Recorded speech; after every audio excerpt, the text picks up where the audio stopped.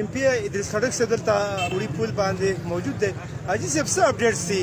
زه خو نوخار چکر مې ووالو نو هلته کې هم لکه دغه هایټ چاوي چې زیات شوی دی، خو تاسو سره څه اپډیټ سي؟ بسم الله الرحمن الرحیم. ټول اول خو موږ دی الله پاک شکر به ادا کوو.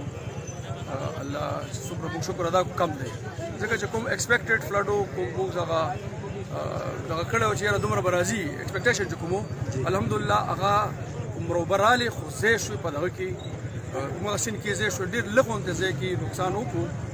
هغه 10% نقصان به نه شوی چې کوم پریویس زموږ په 2010 کې شوی دی هغې 10% هم نه شوی.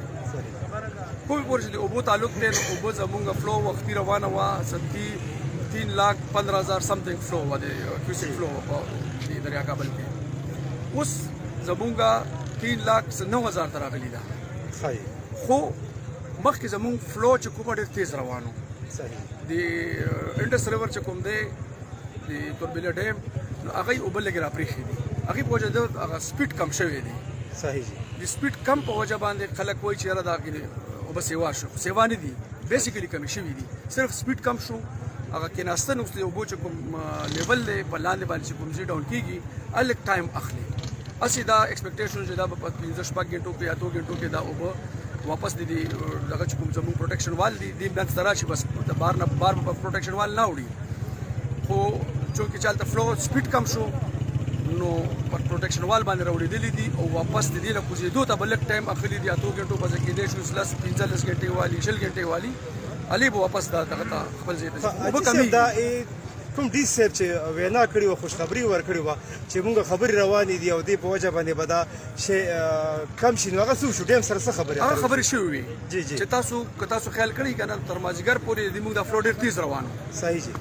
ای ورته وایي چې وابډې ورته دا دغه وکړو چې یاره مونږ به کوشش کوو چې تاسو ته څومره پورې مونږ اوبه څارولی شو چې ای څارو کړو د انډس ریور، خو مونږ مجبوري ده چې مونږ سره کیپاسټي فل ده، ډیم فل دی مونږ سره، نو مونږ هم ډېر ټایم نه شو څارلی ځکه بیا ډیم ته خطره جوړېږي.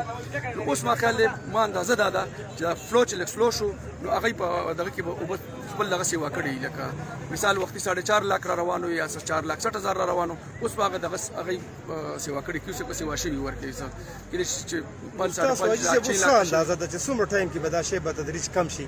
یاره امید رب ته ده انشاءالله چې مونږ وایو چې دا کوم لیول چې دی اوس پریزنټ پوزیشن دی نو سار پر انشاءالله چې دی کافي. او کوم خبرونه چې راځي اوس دا دروغ دي چې یاره بره نه سریله هم پکې داسې امکان نشته؟ هېڅ نشته، نه بله ریله شته نه څه بار نه اوبه شته، بره الحمدلله بارانونه بند شوي دي نشته.